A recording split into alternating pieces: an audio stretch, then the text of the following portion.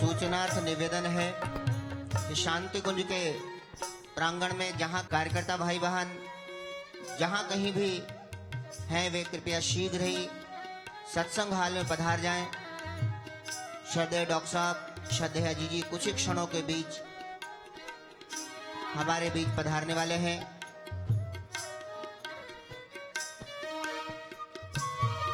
आज का ये पावन दिन, पावन संदेश हम सबको हृदयंगम करना है। अतः जो सत्संग हॉल में बैठ चुके हैं वे भाई बहन अपने हृदय के पट खोलें, अपनी मनोभूमि कुछ इस प्रकार की बनाएं इस पावन दिन हम अपनी आराध्य सत्ता को, अपनी श्रद्धा चित्त को श्रद्धांजलि अर्पित करें। श्रम साधनों की, सद्भावनाओं की कुछ ऐसा दिन जिस दिन परम पूज्य गुरुदेव ने परहित के लिए, परमार्थ के लिए अपने जीवन को जीने का व्रत लिया, संकल्प किया। ऐसे दिन हम भी कुछ कर दिखाएं, कुछ करें। ये परम पूज्य गुरुदेव की आज सवेरे की अमृतवाणी भी थी, बेटा कुछ कीजिए, कुछ कीजिए। आप सुनिए मत, आप कुछ कीजिए। वंदनीय माता जी कहती है कि अपने लिए तो सब जीते हैं बेटा, पशु भी जीते हैं, लेकिन लोक हित के लिए, लोक मंगल के लिए जो जीते हैं उन्हीं का जीवन सार्थक। आज का ये दिन परहित के लिए जीने का, व्रत लेने का दिन, दूसरों के कल्याण के लिए जीने का ये दिन। अपने लिए तो पशु पक्षी कीट पतंग भी जीते हैं, लेकिन लोक हित के लिए कुछ विरले ही जीते हैं। उन विरलों के लिए आज व्रत लेने का, संकल्प करने का ये दिन। आज से लेकर होलिका तक 40 दिन का ये जो कालखंड है, आध्यात्मिक उत्थान का सबसे महत्वपूर्ण समय।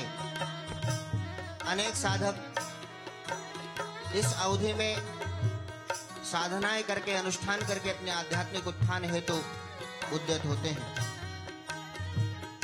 ये पावन वसंत पर्व यही संदेश लेकर हम सबके बीच में आया है कि आगामी वर्ष एक महत्वपूर्ण वर्ष के रूप में जिस उद्देश्य के लिए परम पूज्य गुरुदेव धरती पर आए, उस उद्देश्य की पूर्ति का एक मील का पत्थर साबित होने वाला ये वर्ष, आने वाला वर्ष किस प्रकार से महत्वपूर्ण होगा, श्रद्धेय डॉक्टर साहब और श्रद्धेय जी के अमृत वचनों से, उनके दिव्य संदेश से हमें सुनने को मिलेगा। आइए हम कुछ अपनी भावनाएं, मनोभूमि कुछ ऐसी बनाएं कि ये पर्व हमारे लिए कुछ ऐसा कर दिखाए, कर जाए कि हमारे जीवन के लिए तो स्मरणीय रहे ही रहे, लेकिन अन्यों के लिए भी हमारा ऐसा ही पावन उत्साह और उल्लास का पर्व, आशा और विश्वास का पर्व, ज्ञान और कला का पर्व। आइए ऐसे दिव्य अवसर को हम खोए नहीं, बल्कि इसे भुनाएं। ऋषि सत्ता, गुरु सत्ता के अनुदान वरदानों से अपने आप को कृतार्थ करें। ऐसा पर्व हम मनाएं।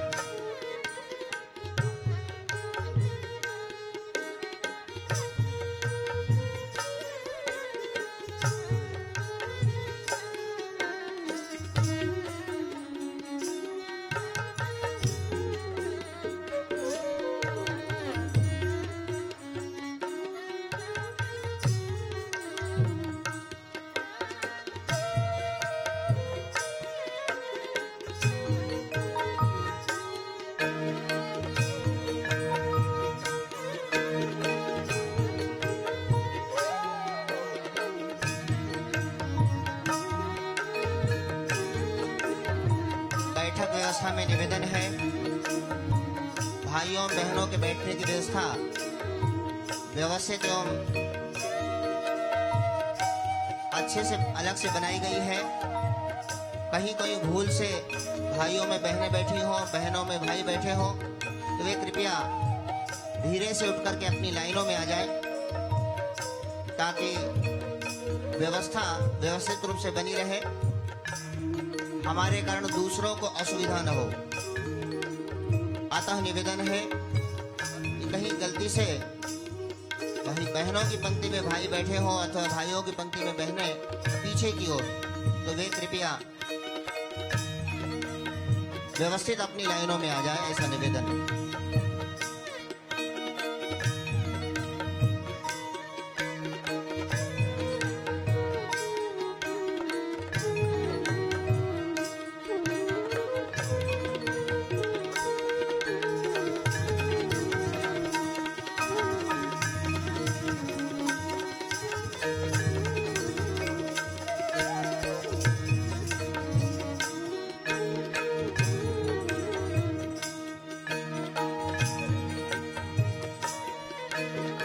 श्रद्धेय डॉक्टर साहब और श्रद्धेय जीजी कुछ ही क्षणों में हमारे मध्य पधारने वाले हैं।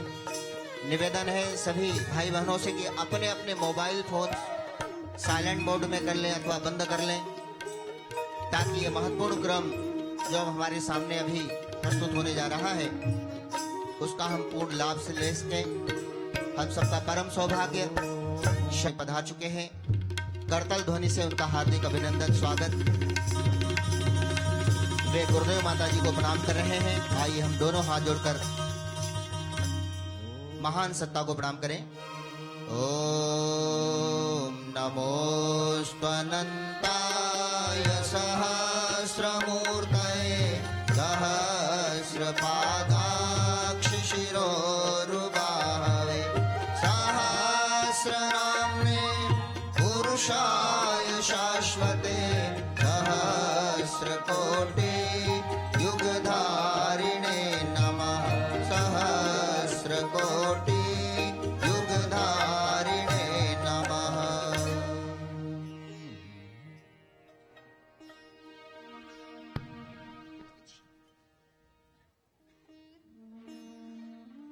आइए आज का ये पावन दिन बसंत पर्व का पावन वसंत के इस शुभ अवसर पर मां सरस्वती का ये पावन दिन हम सभी उनकी पूजा वंदना अर्चना करें। कला और संस्कृति का ये दिव्य दिन, आशा विश्वास उत्साह उल्लास बढ़ाने वाला ये दिन, हम सभी उस महान सत्ता के संरक्षण में इस क्रम को संपन्न करते हैं।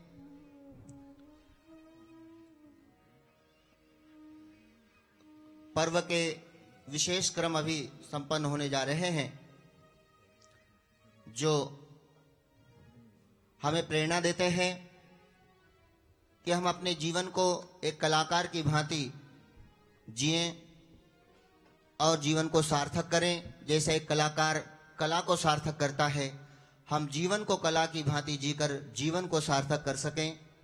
कुछ यही क्रम अभी संपन्न होने जा रहा है। आइए गायत्री महामंत्र एक साथ एक स्वर में एक बार बोलते हुए पर्व का पूजन क्रम आरंभ करते हैं।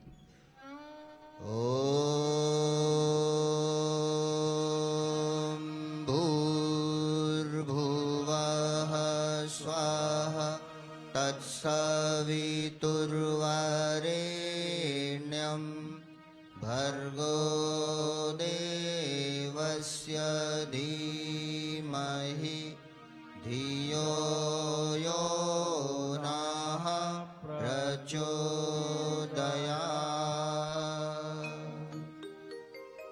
श्रद्धेय डॉक्टर साहब, श्रद्धेय जीजी, आप सबकी ओर से परम पूज्य गुरुदेव वंदनी माता जी के संरक्षण में मां सरस्वती का पूजन करने जा रहे हैं। आप सभी भाई बहन दोनों हाथ जोड़कर गुरु सत्ता का ध्यान करें। ओम गुरुर्ब्रह्मा गुरुर्विष्णुः गुरुरेव महेश्वरः गुरुरेव परब्रह्म तस्मै श्री गुरवे नमः। अखण्डमण्डलाकारं व्याप्तं येन चराचरं तत्पदं दर्शितं येन तस्मै श्री गुरवे नमः। वेद माता भगवती गायत्री का ध्यान करें। ओम आयातु वरदे देवी त्र्यक्षरे ब्रह्मवादिनी गायत्री छन्दसां मातः ब्रह्मयोने नमोस्तुते। ॐ स्तुता मया वरदा वेदमाता प्रचोदयन्तां पावमानि द्विजानाम् आयुः प्राणं प्रजां पशुं कीर्तिं द्रविणं ब्रह्मवर्चसं मह्यं दत्त्वा व्रजत ब्रह्मलोकम्। श्रद्धेय जी श्रद्धेय डॉक्टर साहब अब पर्व पूजन करने हेतु माँ सरस्वती का पूजन करने जा रहे हैं। आइए सभी भाई बहन दोनों हाथ जोड़कर मातेश्वरी का ध्यान करें। ओम पावकानः सरस्वती वाजेभिर्वाजिनीवती यज्ञं वष्टुधिया वसुः।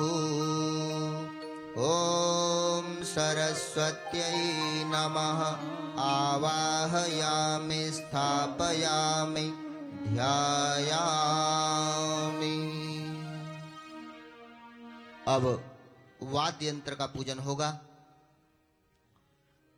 वाद्य यंत्र के पूजन हेतु हमारे राजकुमार जी भाई साहब श्रद्धेय द्वय के समक्ष वीणा का पूजन करने हेतु सहयोग कर रहे हैं।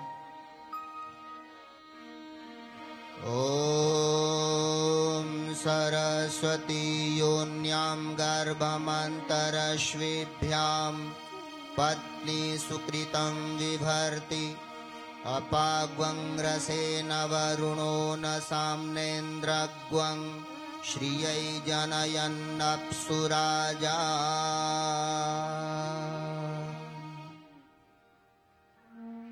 अब मयूर पूजन हेतु सामने कलश में मोर पंखी के प्रतीक रखे हैं।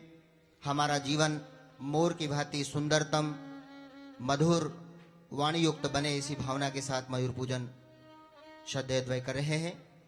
ओम मधुवातारितायते मधुक्षरन्ति सिन्धवः माध्वीर्नः संतोषधीः।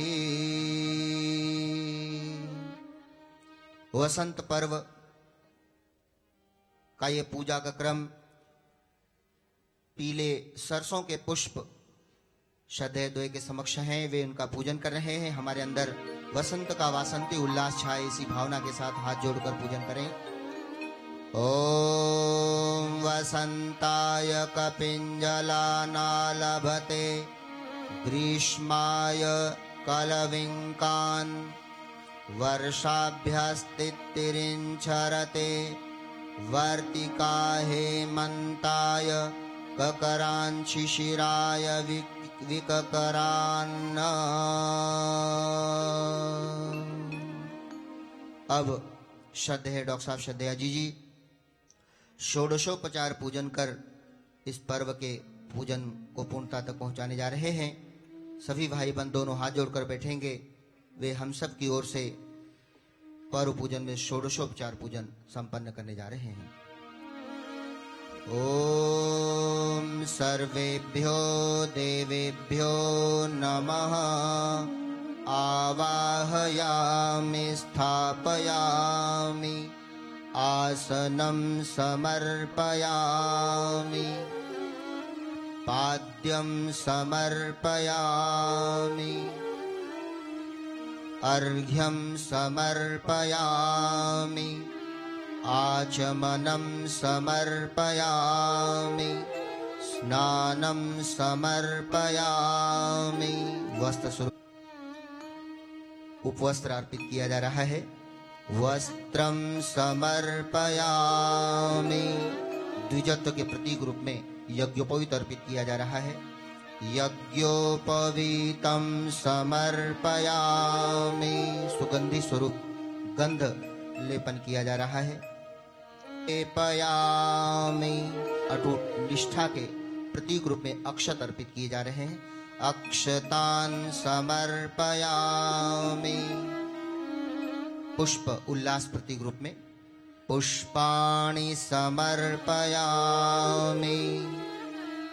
धूप जलाई जा चुकी है। धूपम आघ्रापयामि। दीप जलाए जा चुके हैं। दीपम दर्शयामि।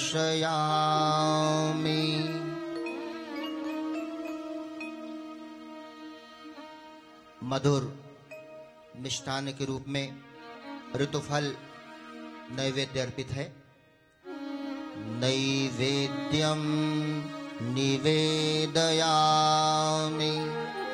तांबूल पूगी फल मुख शुद्ध्यर्थ भगवान को समर्पित किया जा रहा है। तांबूल पूगी फलानि समर्पयामि। दक्षिणा स्वरूप द्रव्य समर्पित किया जा रहा है। दक्षिणाम समर्पयामि। कहीं कोई अभाव रह गया हो तो अक्षत समर्पित कर भगवान को प्रणाम किया जा रहा है। सर्वाभावे अक्षतान समर्पयामि। दोनों हाथ जोड़ें, परमात्मा सत्ता को प्रणाम करें, मां सरस्वती को प्रणाम करें। ओम मोहांधकार भरिते हृदये मदीये मातः सदैव कुर्वा समुदार भावे। स्वीयाखिलावयलव निर्मल शुभ्रभाभिः शीघ्रं विनाशय मनोगतमन्धकारम्। शीघ्रं विनाशय मनोगतमन्धकारम्। इस प्रकार से पर्व का क्रम पूर्ण हुआ। अब पर्व का विशेष संदेश श्रद्धेय जी की ओर से होगा। उसके पूर्व हम अपने उद्गाता बंधुओं से निवेदन करेंगे कि वे मां सरस्वती के इस पावन दिन में मां सरस्वती हमें कुछ ऐसा ज्ञान दे, कुछ ऐसी प्रेरणाएं दें, कुछ ऐसा प्रकाश दे, कुछ ऐसे आशीष दें कि हम उनके वरदान पाने के योग्य बने। कुछ यही भाव प्रस्तुत करता हुआ प्रस्तुत गीत है वरदे युग वसंत वरदे। यही भाव इस गीत के आज सुनिए।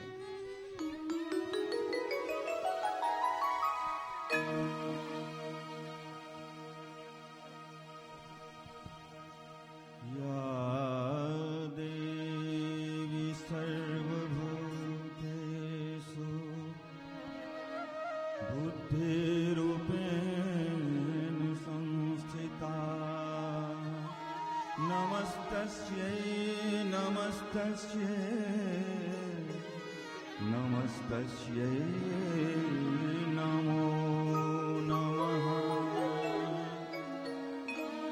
कोयल सरसोम्र वृक्ष में नव बसंत है छाया। हम सब में उल्लास जगाने युग बसंत है आया। युग बसंत है आया।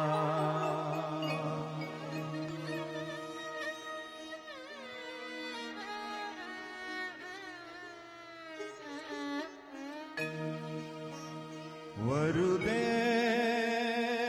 वरुदे वरुदे युग बसंत वरुदे।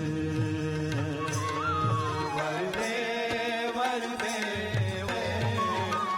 युग बसंत वरुदे। मेरा क्या बुद्धि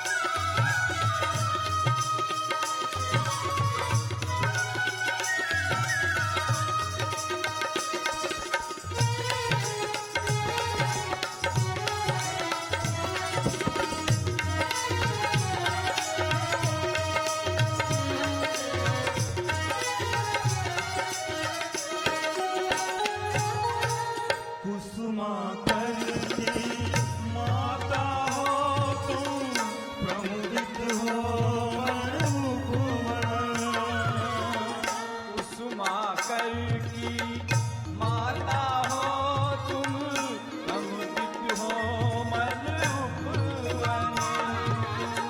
कोकिल कूकों से गूंजित है सृष्टि और हर कण कण।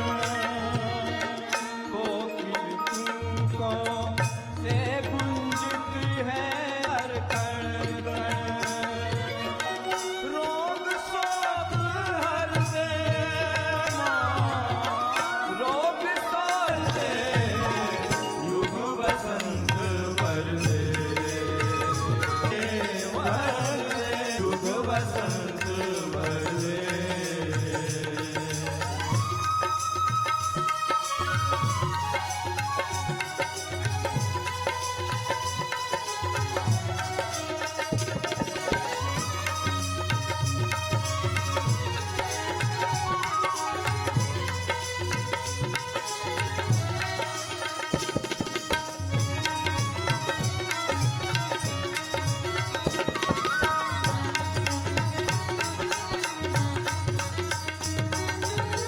आम्र बहुत है आम्र वृक्ष में, सरसों सरस रही है।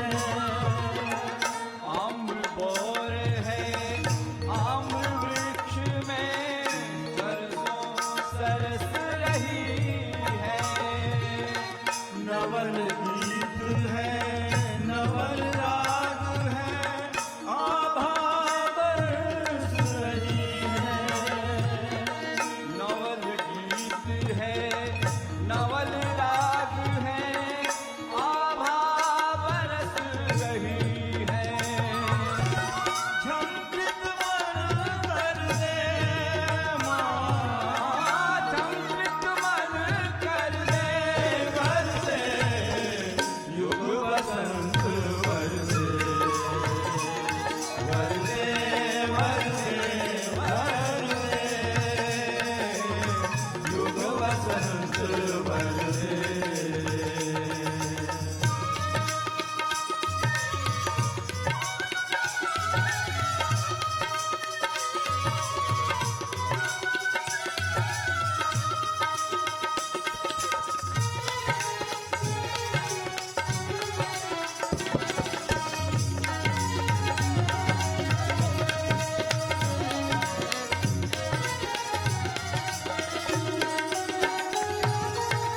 ठिठुरन जड़ता और निराशा, तन से मन से भागे। ठिठुरन जड़ता और निराशा, तन से मन से भागे। आशाओं उल्लास प्रखरता, नस नस में अब जागे। आशाओं उल्लास प्रखरता, नस नस में अब जागे। शक्ति भक्ति भर दे माँ, शक्ति भक्ति भर दे, युग वसंत वर दे, वर दे, वर दे, वर दे, युग वसंत वर दे, वर दे, वर दे, वर दे, युग वसंत वर दे।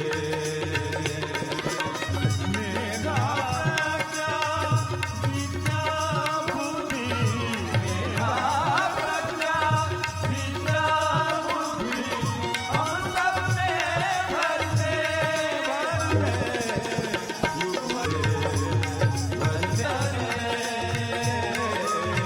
युग वसंत वर दे, वर दे, वर दे, वर दे, युग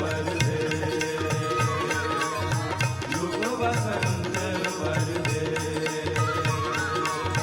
युग वसंत वर दे, युग वर दे वर दे वर दे, युग वसंत वर दे। मेधा प्रज्ञा विद्या बुद्धि हम सब में भर दे। युग वसंत वर दे। निश्चित रूप से ये युग वसंत हम सबको वरदान देने के लिए ही आया है, बशर्ते हम उस वरदान को पाने हेतु अपने आप को तैयार कर लें, अपने आप को ढाल लें। कुछ यही संदेश लेकर हम सब के बीच में श्रद्धेय डॉक्टर साहब श्रद्धेया जी पधारे हैं।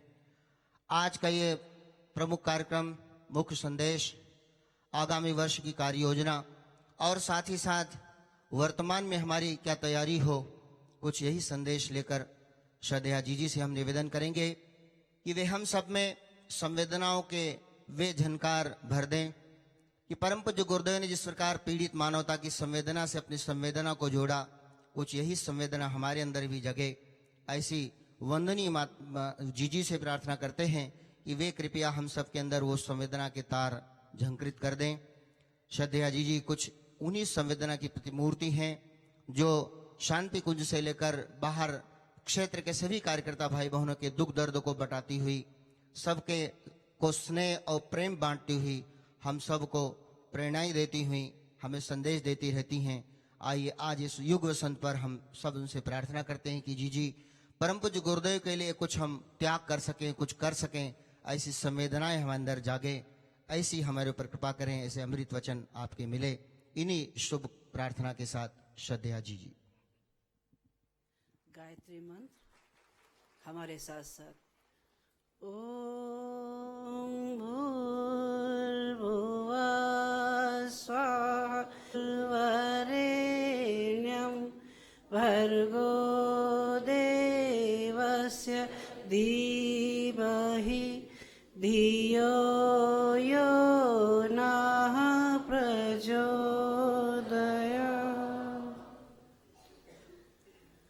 परम पूज्य गुरुदेव और वंदनीय माता जी की सूक्ष्म उपस्थिति में विराजमान शक्ति स्वरूपा माताओं, बहनों और भाइयों, आज बसंत का पावन पर्व, हर्ष का, उल्लास का, उमंगों का दिन, नए परिवर्तन का दिन और मां सरस्वती के प्राकट्य का दिन।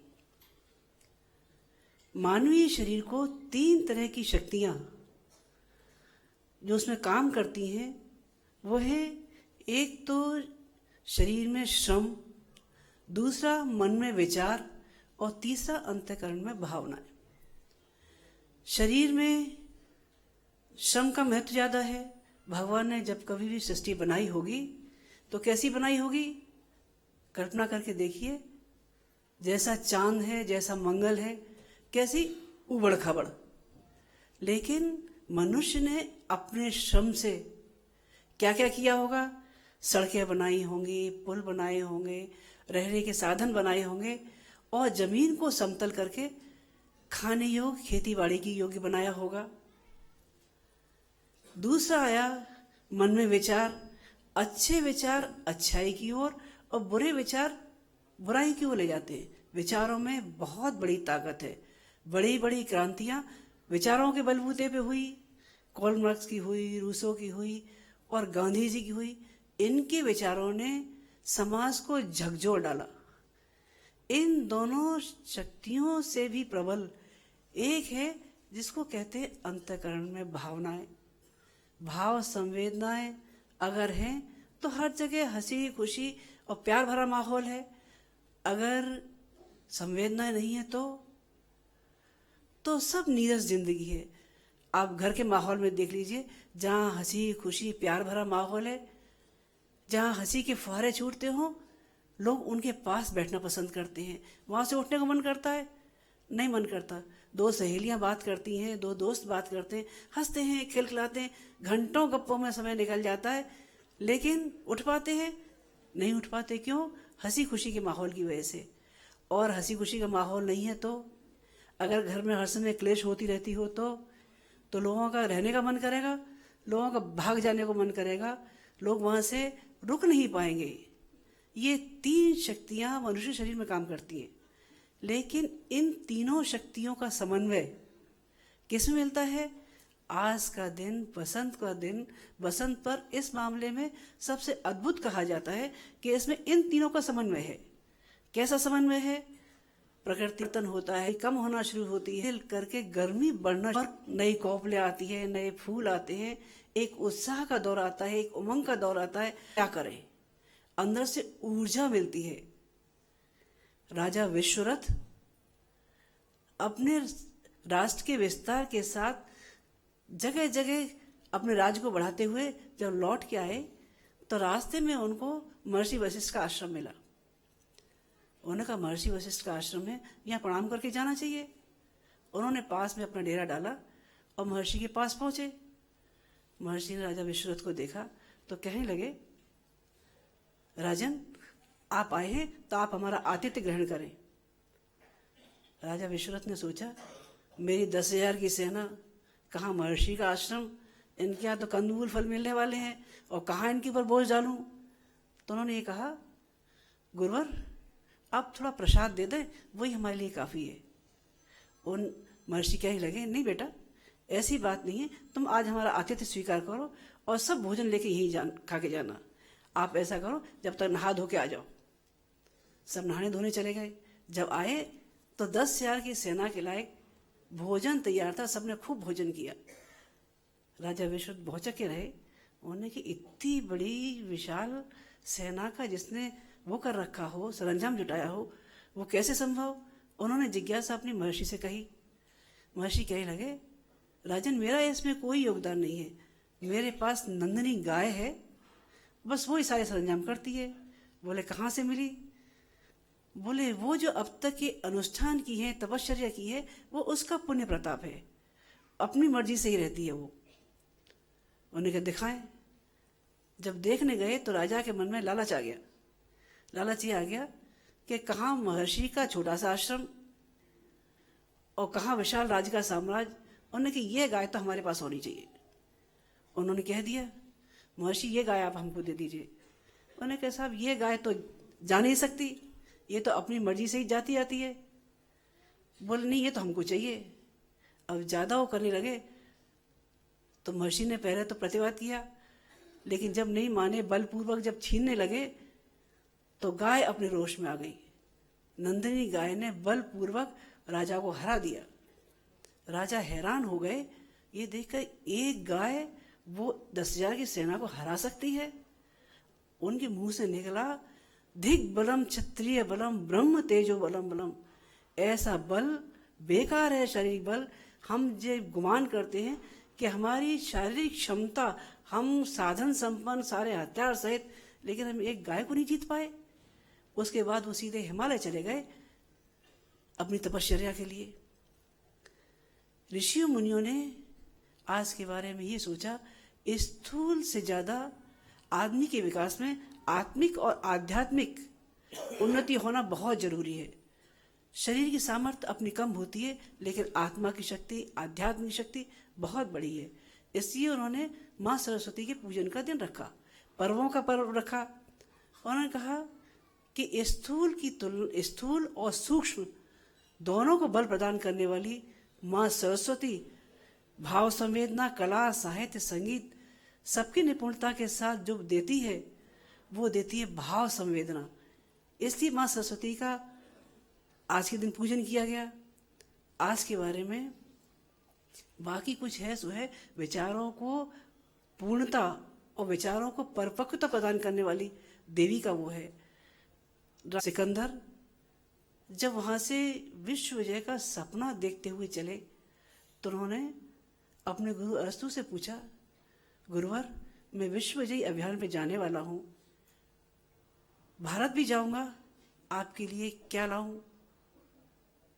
अरस्तु कहने लगे, वो तो एक सन्यासी को, एक ऋषि को क्या चाहिए? उसे तो किसी चीज जरूरत नहीं होती, पर अगर तुम्हारा ज्यादा मन है तो वहां से एक ऋषि और गीता, ये 2 चीज ले आना। सिकंदर चल दिए दिग्विजय अभियान पर। भारत आए तो उन्होंने सुना यहाँ दंडी स्वामी का नाम बहुत ऊंचा है, आध्यात्मिक शक्ति में सब सर्वोपरि माने जाते हैं। उन्होंने अपने सैनिकों से कहा, जाओ भाई दंडी स्वामी जी से कहो हमसे आके मिले। सैनिक लोग गए। सैनिक लोगों ने बहुत देर खड़े रहे, कि अब दंडी स्वामी अब आंखें खोलें, तब इनसे हम निवेदन करें। दंडी स्वामी समाधि लगाए, सुबह से शाम हो गई, उन्होंने आंखें नहीं खोली। सैनिक जो थे वो परेशान कि तो आंखें ही नहीं खोलते, हम बोलते भी हैं तो सुनते नहीं। वो वापस चले गए। उन्होंने सिकंदर को पूरा वाकया सुनाया। लोगों ने कहा, सिकंदर, महापुरुषों के पास स्वयं पैदल चल के जाना पड़ता है, उनके ऊपर आदेश का कोई महत्व नहीं होता। सिकंदर को समझ में आई। सिकंदर स्वयं गए दंडी स्वामी जी के पास और कहने लगे, स्वामी जी आप हमारे साथ ग्रीस चलिए, हमारे गुरु के पास। उन्हें पूछा, आप कौन हैं? बोले, मैं हूं सिकंदर। बोले, कौन सिकंदर? बोले, विश्व विजेता। बोले, विश्व विजेता? तो लूटपाट किस लिए? लूटपाट तो भूखे नंगे लोग करते हैं, तुम विश्व विजेता हो? बोले, नहीं, आप वहां चलें तो आपको ढेर सारा इनाम मिलेगा। इनाम का लालच जब देने लगे तो उन्होंने कहा, जो खुद ही गरीब है, खुद ही भूखा नंगा है, जो दूसरों के राज वार्ता काटता है, वो दूसरे को क्या दे सकता है? बोले, अगर देना ही चाहते हो तो एक काम कर दो, तुम भक्त और भगवान के बीच में से तुम रास्ता छोड़ दो। दंडी स्वामी सूर्य का ध्यान कर रहे थे, सूर्य की ओर मुंह करके। बीच में सिकंदर खड़े थे, लज्जित हो गए और वो एक तरफ हटके खड़े हो गए। उनको प्रणाम किया, चल दिए और उन्होंने अपने सैनिकों से कहा, मरते समय सिकंदर के ताबूत पर ये लिखा जाना चाहिए, दोनों हाथ बाहर निकाल के, कि विश्व विजेता सिकंदर इस धरती पर खाली हाथ आया था और खाली हाथ इस पृथ्वी से वापस जा रहा है। विचारों की क्षमता संस्कारों को पलट के रख देती है। अगला, भाव संवेदनाएं जब प्रबल होती है तब ये कहते हैं भावों में भगवान बसा करते हैं। कैसे बसा करते हैं? मीरा के लिए पत्थर का टुकड़ा, वो कृष्ण गोपाल जहर को पीने वाला बन गया था, अमृत बदल देने वाला बन गया था। राम कृष्ण की काली उनके लिए अपने हाथ से भोजन कराया करती थी। एकलव्य के गुरु द्रोणाचार्य उनको तीरंदाजी सिखाया करते थे। ये भाव संवेदना प्रबल होती है तब आदमी के जीवन में क्या परिवर्तन होता है, दुनिया को क्या अनूठी वो मिल जाती है। ये बातें आप लोग कह देंगे तो पुरानी बातें हैं, पौराणिक बातें हैं, वैसी बातें हैं, लेकिन टॉल्स्टॉय का किस्सा सुना है आप लोगों ने? टॉल्स्टॉय एक बहुत बड़े विद्वान हुए हैं। वो जब घर से जाते थे, उनके बारे में था कि उनसे जब भी घर से बाहर निकलते थे तो जो भी कोई मांगता था वो ना नहीं कर सकते थे, हर मांगने वाले को वो दे दिया करते थे। तो रोज ही उनके घर के बाहर 10-20 लोगों की लाइन लग जाती थी। वो निकले, हमको ये दे दो, हमको ये जरूरत है, हमको पैसे चाहिए, वो चाहिए, वो चाहिए। एक दिन वो घर के बाहर निकले, लोग मांगते जा रहे थे, वो देते जा रहे थे, लेकिन जब सबको दे चुके तो संतुष्ट थे, चलो अब कोई नहीं बचा। तभी उन्होंने देखा एक लंगड़ा भिखारी चला आ रहा था और कहने लगा, टॉल्स्टॉय मेरे लिए कुछ है क्या? मैंने आज सुबह से कुछ खाया नहीं। टॉल्स्टॉय की आंख में आंसू आ गए, उनके पास कुछ था नहीं। उन्होंने प्यार से गले लगाया और ये कहा, भाई आज मेरे पास तुम्हें देने को कुछ नहीं है।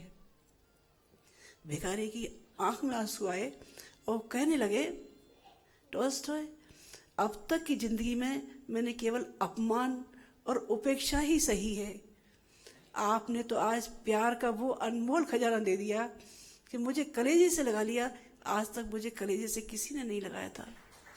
भावनाएं सर्वोपरि।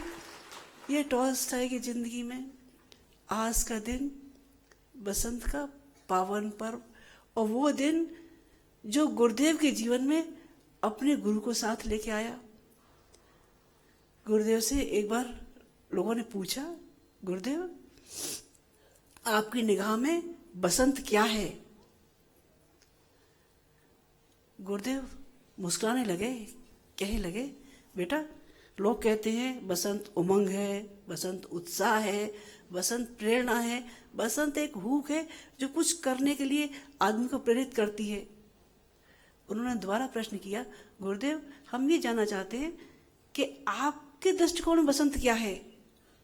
गुरुदेव गंभीर हुए और कहने लगे, बेटा जब मैं 15 साल का था तब दादा गुरु मेरे जीवन में आए, तब से लेकर आज तक मेरी परिभाषा में गुरु निष्ठा और गुरु आदेश ही सर्वोपरि रहा।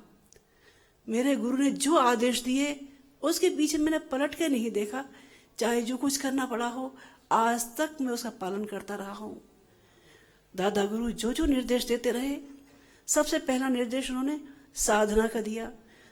जो बच्चा जो उम्र खेलने खाने की थी, किशोरावस्था की, कहाँ लोगों को ख्याल रहता है, वो उम्र उनकी साधना में गुजरी। साधना और प्रेम दो ही इस मिशन की धुरी रहे हैं। गुरुदेव ने साधना की। कैसी साधना की? उन्होंने की जीवन साधना। साधना केवल माला ही नहीं की, कहा ही नहीं, अपने जीवन में उस चीज को उतारा। एक दिन क्या हुआ, बहुत पुरानी घटना है। गुरुदेव अपने कमरे में लिख रहे थे, माताजी से बातचीत हुई। माताजी नीचे वाले कमरे में थी। कहने लगे, आज ऐसा लगता है कि थोड़ी थकान सी लग रही है, मैं थोड़ी देर अभी विराम लेता हूँ। माताजी को लगा कि गुरुदेव थके हुए हैं। उन्होंने थोड़ा मौसमी का रस गुरुदेव के लिए भेज दिया ऊपर। गुरुदेव ने बिना ध्यान दिए सोचा बच्ची आई है, पानी दे रही होगी, पिया। एक घूंट पिया, गुरुदेव एकदम उठ के खड़े हो गए, बाहर गए वॉश बेसिन पे और गले में उंगली डाल के उन्होंने उल्टी कर दी। कहने लगे, मैं अपने सब बच्चों को फल नहीं दे सकता तो मुझे भी कोई हक नहीं है ये रस पीने का। ये मेरे लिए जहर है। ये जीवन साधना उन्होंने अपने रोम रोम में हर पल कायम रखी। उन्होंने तप साधना की। तप साधना किस लिए की? तप साधना किसी स्वांता सुखाए नहीं कि हमको स्वर्ग मिल जाए, मुक्ति मिल जाए, या हम इतने बड़े साधक कहलाएं। उन्होंने तप साधना की तो लोगों के कष्ट दूर करने के लिए, दुख दूर करने के लिए, जहां भी कोई पीड़ित मिला, अपनी तपस्या का उसको अंश दे दिया, उसके दुख दूर कर दिए। उन्होंने साधना की, ज्ञान साधना की, 3200 पुस्तकें लिखी। उसके बाद ये नहीं कि किसी यश की कामना से की, यश की कामना से नहीं, अज्ञान के अंधकार में भटकने वालों को ज्ञान का प्रकाश देने के लिए की। उन्होंने एक और साधना की जिसका नाम था प्रेम साधना। उन्होंने जिंदगी भर लोगों को इतना प्यार किया, इतना प्यार किया। उन्होंने कहा, हमने जिंदगी भर एक ही साधना की है जिसका नाम है प्रेम, प्रेम और बस प्रेम। ये प्रेम गुरु भक्ति से लेकर राष्ट्र भक्ति तक कायम रहा और सारी जिंदगी सब कुछ न्योछावर कर दी। पिता के आवरण में माँ का दिल, ये गुरुदेव के पास था, जो हमेशा जिंदगी भर लुटाते ही रहे, लुटाते ही रहे, लुटाते रही। कौन भूल सकता है उन क्षणों को? गुरुदेव ने सारा समर्पण अपने गुरु के लिए किया, उनके निर्देशों पे किया। जो लोग अपने गुरु के लिए समर्पित हो जाते हैं, गुरुदेव अपने गुरु के लिए समर्पित हुए, सिद्धियां उनके पास स्वतः आती चली गई। कैसी सिद्धियां आती चली गई? उन्होंने 24 लक्ष के 24 महापुरुषण किए, रसना की सिद्धि पाई। रसना की सिद्धि जो गायत्री सिद्धि में परिवर्तित हुई। सारे देश में 45 से ज्यादा शक्तिपीठ, अरबों खरबों की लागत के, इंद्र जैसा वैभव पाकर भी स्वयं वामन रहे। ये उनकी लक्ष्मी सिद्धि थी। 3200 पुस्तकें लिखी, ज्ञान का इतना अटूट भंडार, ये उनकी सरस्वती सिद्धि थी। वो एक बार जिस किताब को पढ़ लेते थे, चाहे हिंदी की हो, चाहे संस्कृत की हो, चाहे अंग्रेजी की हो, वो हमेशा उनको याद आ जाती थी, हमेशा के लिए याद बनी रहती थी। आप लोगों में इतने पुराने शायद कोई नहीं है हमारी पहली माँ जो थी वो बीमार थी, उनको हाथरस में अस्पताल में भर्ती किया गया। गुरुदेव उनकी सेवा में थे, गुरुदेव सेवा करते रहे। सेवा के साथ साथ वहाँ करीब महीने 1.5 महीने भर्ती रही। वहाँ की हाथरस की 3 लाइब्रेरियों की 1500 किताबें गुरुदेव ने सारी की सारी पढ़ ली।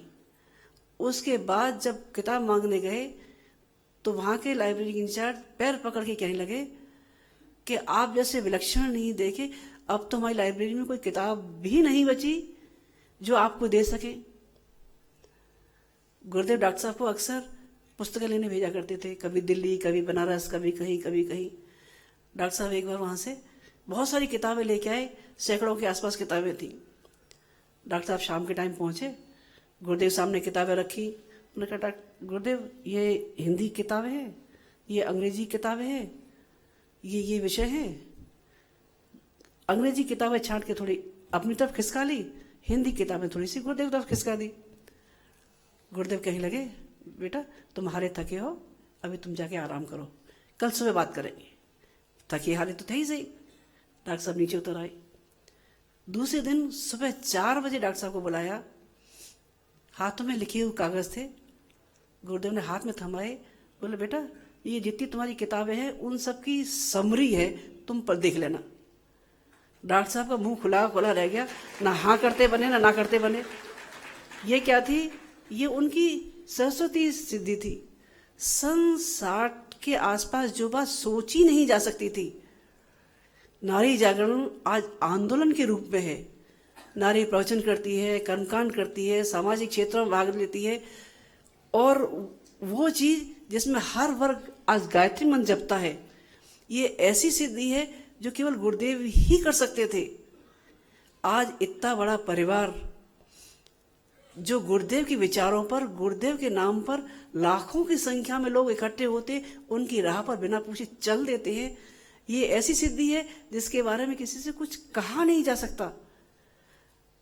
बसंत जब मन में उभरता है तब एक हुक, एक उत्साह, एक उमंग बन के उभरता है। ये उभरा था प्रहलाद के मन में। हिरण्यकश्यप जैसे राक्षस के विरुद्ध कोई हथियार ले खड़ा हुआ था, भक्ति की धारा लेके उठ खड़ा हुआ था प्रहलाद। प्यासी धरती और अतृप्त पितरों के लिए उठ खड़े हुए तो भागीरथ ले आए थे गंगा को स्वर्ग से उतारकर। नारी जाति के प्रति होने वाले अत्याचार और ऋषियों के प्रति होने वाले अनाचारों के प्रति राम उठ खड़े हुए थे, ये कहकर निश्चरहीन करूं मही भुज उठाए प्रणकीन। और नवयुग के श्री राम ने इस धरती पर नया युग लाने के लिए ज्ञान की गंगा को अवतरित कर दिया। बसंत उभरा दीपक के मन में, जिसने अपनी सारी जिंदगी अंधेरे के खिलाफ लड़ते लड़ते लगा दी। अपने मन का स्नेह तन की बाती लगाकर दूसरों को प्रकाश देता रहा। दिए टिमटिमाते रहे आकाश में, दूसरों को दिशा देने के लिए, प्यार बांटने के लिए। लोग कहते रहे, सारी रात जलने वाले सितारे, twinkle twinkle little star, how I wonder what you are, up above the world so high, like a diamond in the sky। बसंत जो उभरती है तो नन्हे सितारों के अंदर प्रेरणा भर जाती है, दीपक के अंदर प्रकाश भर जाती है। भगवान करे ये बसंत हम सबके मन में आए, उस दीपक की सी चिंगारी हम अपने अंदर जगा सके। उन सितारों जैसी टिमटिमाहट लोगों के राह रोशन करने के लिए जिंदगी में चलते रहे। आज बसंत पंचमी के पावन दिन पर संस्कारों की पुण्य परंपरा हम अपने आप को ऊर्जावान बनाएं और अपने घरों में बाल संस्कार शाला चलाकर फिर से उन संस्कारों को पुनर्जागृत करें, तो शायद गुरु के निर्देशों का पालन करना सार्थक हो जाएगा। आज की बात समाप्त। ओम शांति। ज्ञान को परिपक्व करने का आज दिन, संवेदनाओं को चरम सीमा तक पहुंचाने का ये दिन, निश्चित रूप से श्रद्धेय जी का संदेश हम सबके लिए एक उल्लास, उत्साह, उमंग को बढ़ाने वाला साबित होगा। हम सभी हजारों भाई बहन श्रद्धा सिक्त भाव से श्रद्धेय जी को गुरुदेव की जिस प्यार है, हम उस प्यार और संवेदना को गुरुदेव के विचारों को जन जन में पहुंचाने हेतु संकल्पित होते हैं, व्रत लेते हैं कि उस दिशा में हम जरूर चलेंगे और उस दिशा में चलकर आपके आज के अमृत वचन को सार्थक करेंगे। कुछ यही भाव हमारे मन में आ रहा है। आइए उन्हीं भावों को परिपक्व करने हेतु अब अगले क्रम के लिए हम चलते हैं। मैं व्यक्ति नहीं विचार हूँ, मेरे विचार को घर घर जो पहुँचाएगा, मेरे स्वरूप का दर्शन वह कर पाएगा।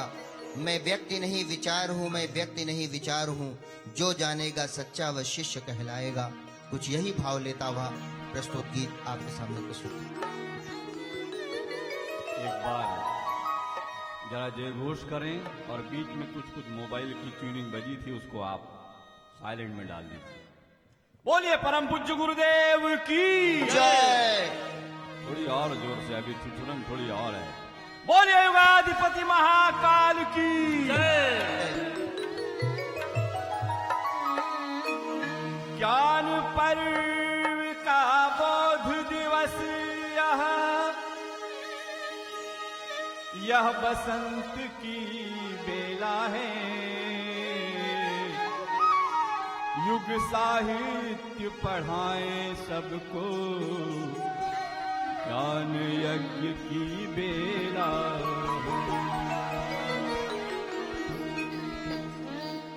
गुरुदेव के शब्दों में कि गुरुदेव क्या है और वो क्या कह रहे हैं, आप सुनिए। मैं नवयुग का हूं संविधान, उज्जवल भविष्य आधार हूं। मैं हूं अदृश्य और दृश्यमान, मैं निराकार साकार हूं। मैं गायत्री का उद्घोषक, मैं ज्ञान यज्ञ विस्तार हूं। इस हाड़ मांस की काया में मैं व्यक्ति नहीं विचार हूं, मैं व्यक्ति नहीं विचार हूं। मेरे विचार को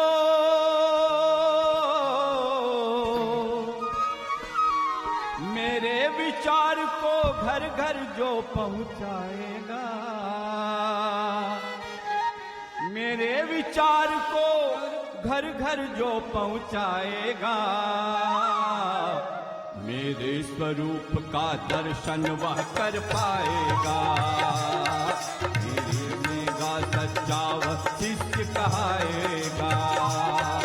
मेरे विचार को घर घर जो पहुंचाएगा, मेरे विचार को घर घर जो पहुंचाएगा, मेरे स्वरूप का दर्शन वह कर पाएगा। जो जानेगा वह सच्चा शिष्य कहाएगा। मैं व्यक्ति नहीं विचार हूँ, विचार हूँ, विचार हूँ।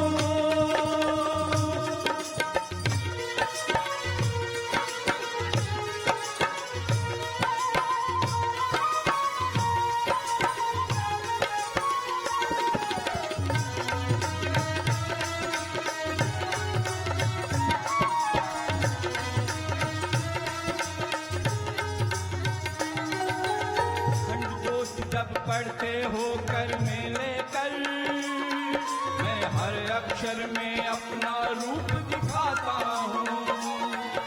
अखंड ज्योति जब पढ़ते हो कर में लेकर, मैं हर अक्षर में अपना रूप दिखाता हूँ। जब भी नवयुग का संविधान तुम पढ़ते हो, मन अंतरात्मा में सबके बस जाता हूँ। जब भी नवयुग का संविधान तुम पढ़ते हो, मन अंतरात्मा में सबके बस जाता हूँ। जिनको इच्छा मुझको जीवन में पाने की, जिनको इच्छा मुझको जीवन में पाने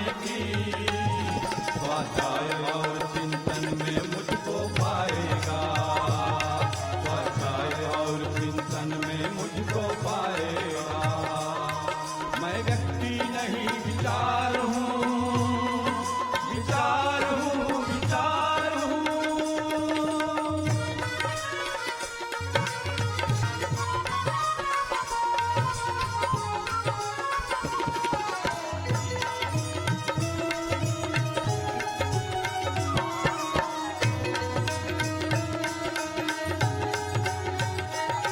मेरे विचार में महाकाल का शंख तुमुल, मैंने एकांत में सद्विचार को साधा है।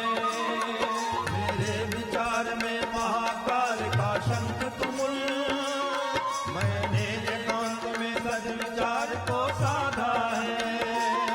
मेरे विचार में स्वर्ग लोक का संदेशा, विज्ञान और आध्यात्म से तू भी बांधा है। मेरे विचार में स्वर्ग लोक का संदेशा, विज्ञान और अध्यात्म से तू भी बांधा है। मेरी संजीवन सुधा पान जो कर लेगा, मेरी संजीवन सुधा पान जो कर लेगा, वह सिद्ध मुक्त पूर्ण साधक कहलाएगा, वह सिद्ध मुक्त पूर्ण साधक कहलाएगा। मैं व्यक्ति नहीं विचार हूँ, विचार हूँ, विचार हूँ।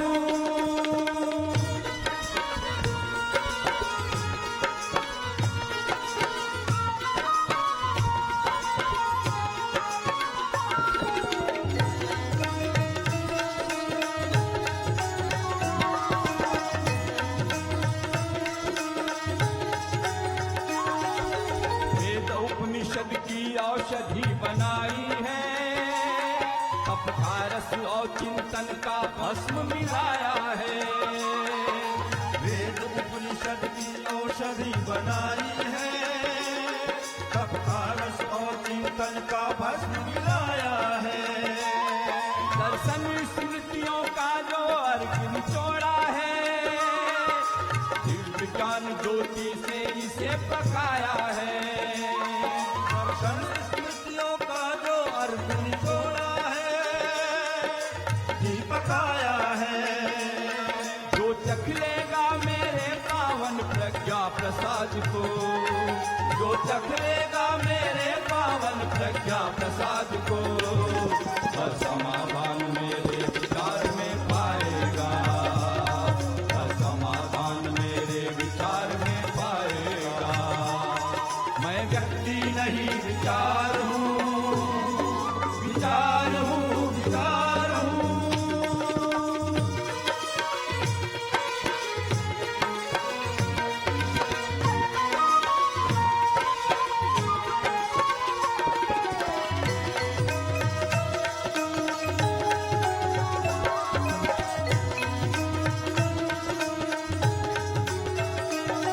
मेरे विचार में घावों का वह मरहम है, मैं हर संकट का समाधान बतलाता हूँ।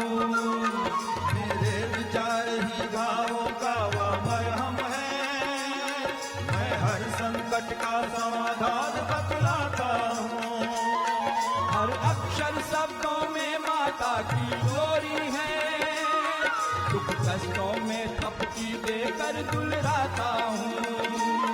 हर अक्षर शब्दों में माता की लोरी है, दुख कष्टों में थपकी देकर दुलराता हूँ।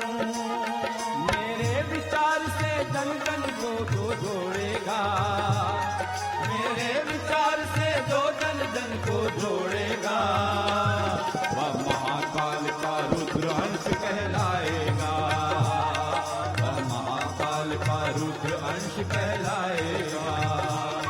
मेरे विचार को घर घर जो पहुंचाएगा, मेरे विचार को घर घर जो पहुंचाएगा, मेरे स्वरूप का दर्शन वह कर पाएगा, मेरे सेवा सच्चा वह शिष्य आएगा।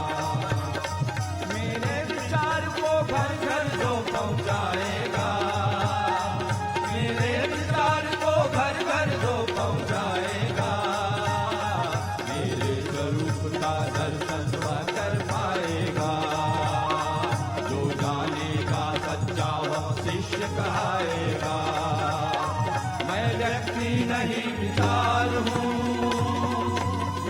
विचार हूँ विचार हूँ विचार हूँ विचार हूँ। बोलो युगाधिपति महाकाल की मैं व्यक्ति नहीं विचार हूं। आज का ये पावन दिन कुछ यही संदेश लेकर हम सबके लिए आया है।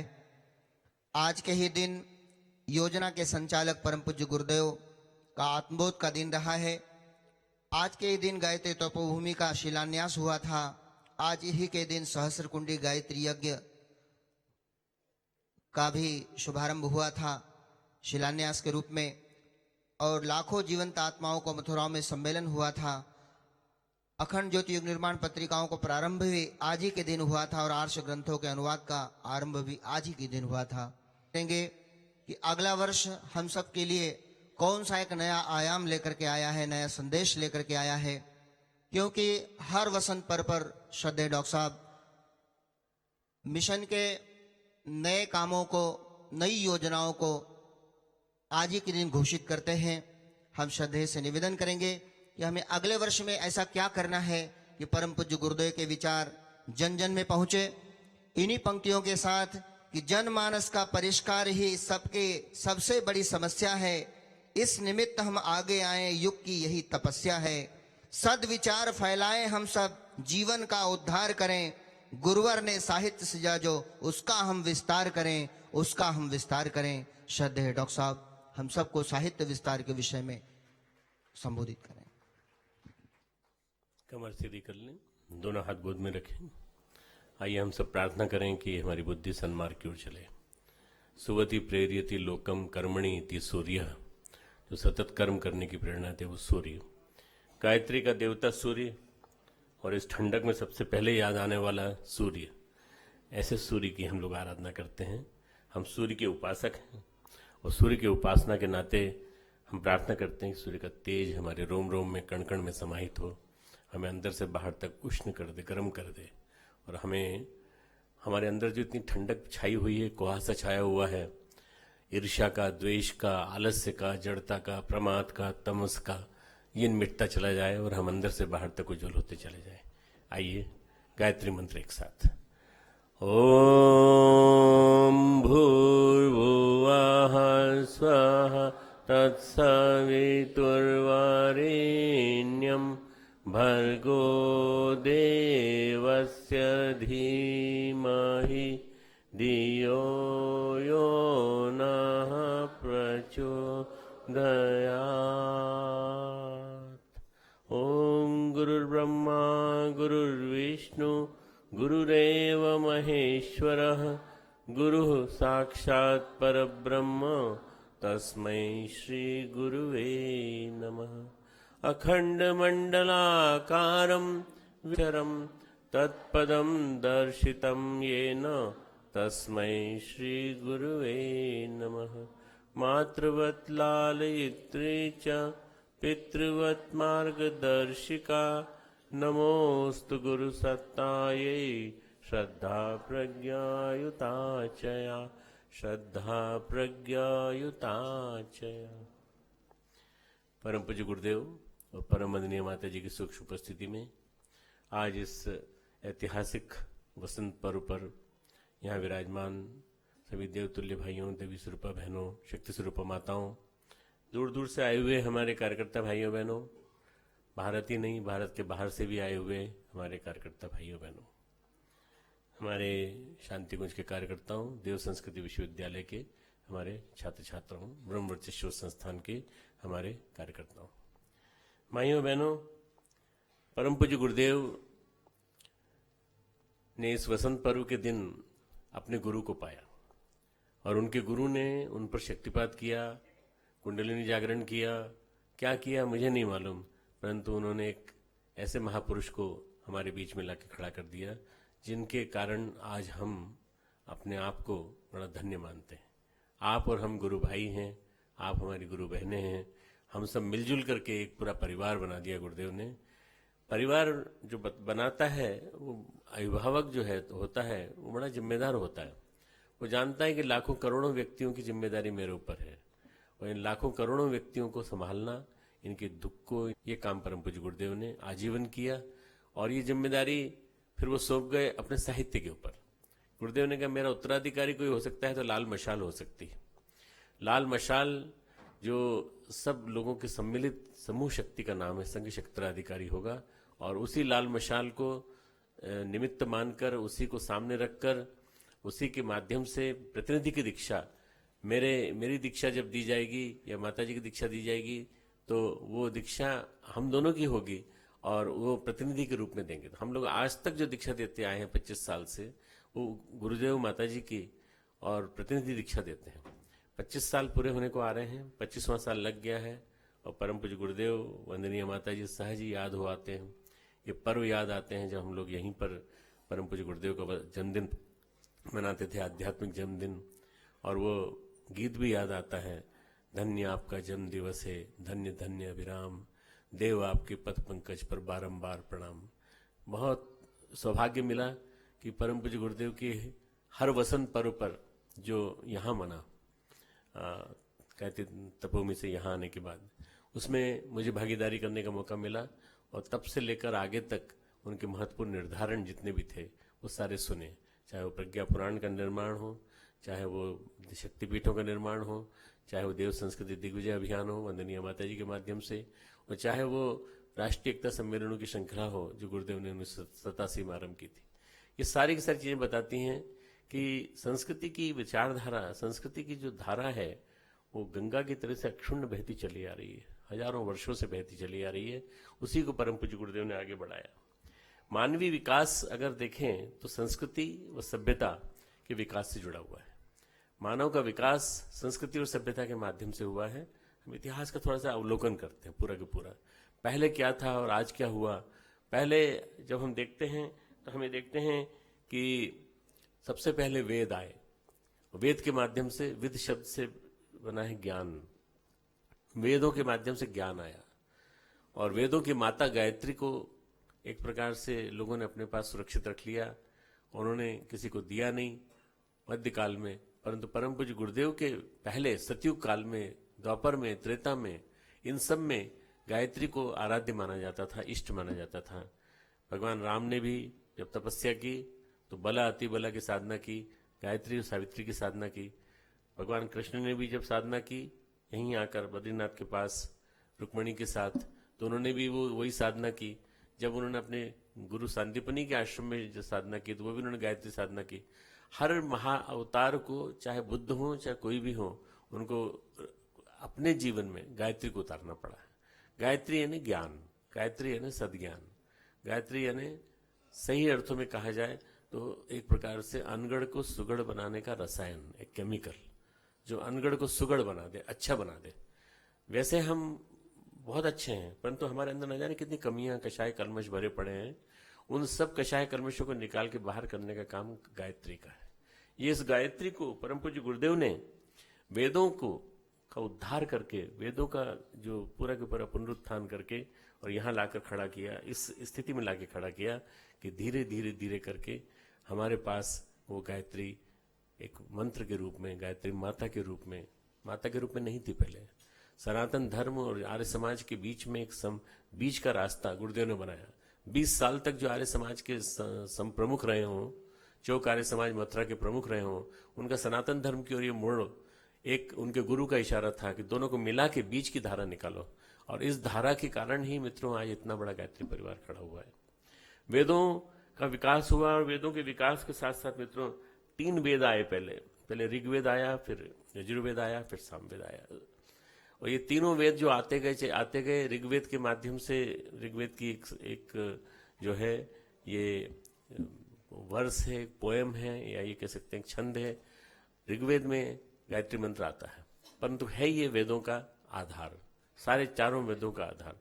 24 अक्षरों में 24,000 वेदों की जो ऋचाएं हैं उनका सार छिपा पड़ा है। इतना महत्वपूर्ण ये मंत्र है। और वो 3 आए पहले, फिर उसके बाद ऐसा कहा जाता है कि वेदों के आने के बाद एक ऐसा समय आ गया जबकि चौथे वेद की आवश्यकता जरूरत पड़ी। उसकी क्यों जरूरत पड़ी? क्योंकि उस समय विभिन्न प्रकार की बीमारियां नहीं होती थी सतयुग में। जब द्वापर आया, त्रेता आया, तो बीमारियां होने लगी, शारीरिक मानसिक प्रकार की बीमारियां होने लगी। तो एक ऋषि आए दध्यंग अथर्वण ऋषि, और इन अथर्वण ऋषि ने एक प्रकार से सारी चिकित्सा पद्धतियों को, मंत्रों को और सबको मिला करके एक चिकित्सा पद्धति बनाई। शांतनु बीमार पड़े, राजा शांतनु जब बीमार पड़े तो उन्होंने अपने माँ सत्यवती से कहा कि भाई तुम इसका कुछ उपचार करो, कुछ व्यवस्था बनाओ, कोई वैद्य हो तो अच्छा।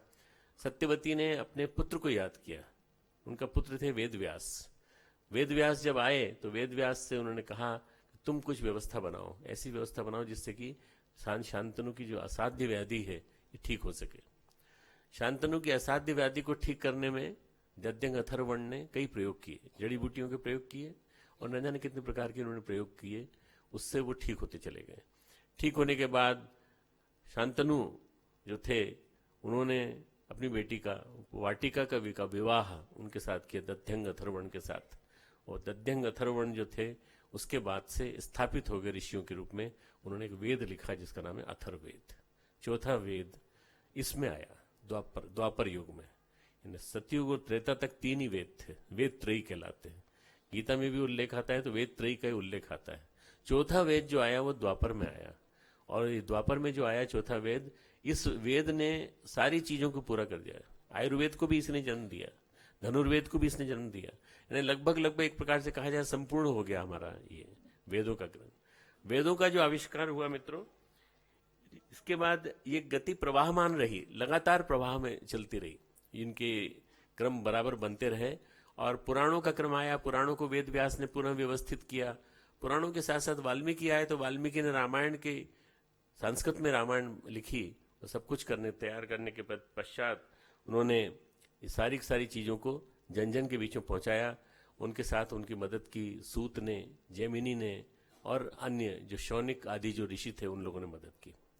ये क्रम चलता रहा। संस्कृति की विकास यात्रा बता रहा हूं आपको। संस्कृति की विकास यात्रा वेद काल से उपनिषद काल, उसके बाद फिर रामायण काल, वाल्मीकि काल, और उसके बाद अगर हम देखते हैं तो हम देखते हैं बुद्ध आए। बुद्ध ने आकर के विचारों का पूरा का पूरा एक प्रकार से परिष्कार किया। उन्होंने कहा विचार तो समाप्त हो गया, कर्मकांड रह गया केवल। कर्मकांड में भी हिंसा होने लगी। उन्होंने कहा जिस उद्देश्य से बनाए गए थे वेद, वो उद्देश्य तो समाप्त हो गया। तो उन्होंने कहा मैं वेदों को नहीं मानता, मैं करुणा की बात कहूंगा और अहिंसा की बात कहूंगा और धर्मम शरणम गच्छामि, संगम शरणम गच्छामि की बात कहूंगा, पर मैं वेदों की बात नहीं कहूंगा। बोले भगवान के लिखे हुए वेद हैं, भगवान के वेद, मैं भगवान को नहीं मानता। एक प्रकार से उन्होंने उस जमाने के हिसाब से ट्रीटमेंट किया लोगों का, और उन्होंने कहा कि कर्मकांडों का परिशोधन करो, कर्मकांडों को परिवर्तित करो, बदलो। महावीर ने उनकी मदद की और बुद्ध और महावीर ने मिलकर के ये पूरा परिवर्तन किया। मित्रों, इसके तुरंत बाद अगर हम देखते हैं तो जो सबसे बड़ी एक जो बात हुई वो ये, सबसे बड़ी बात ये हुई कि 1857 का जो समय था, उसके दोनों के जाने के बाद 1857 के समय के बाद एक नया युग चालू हुआ। 1857 में स्वतंत्रता संग्राम खड़ा हुआ।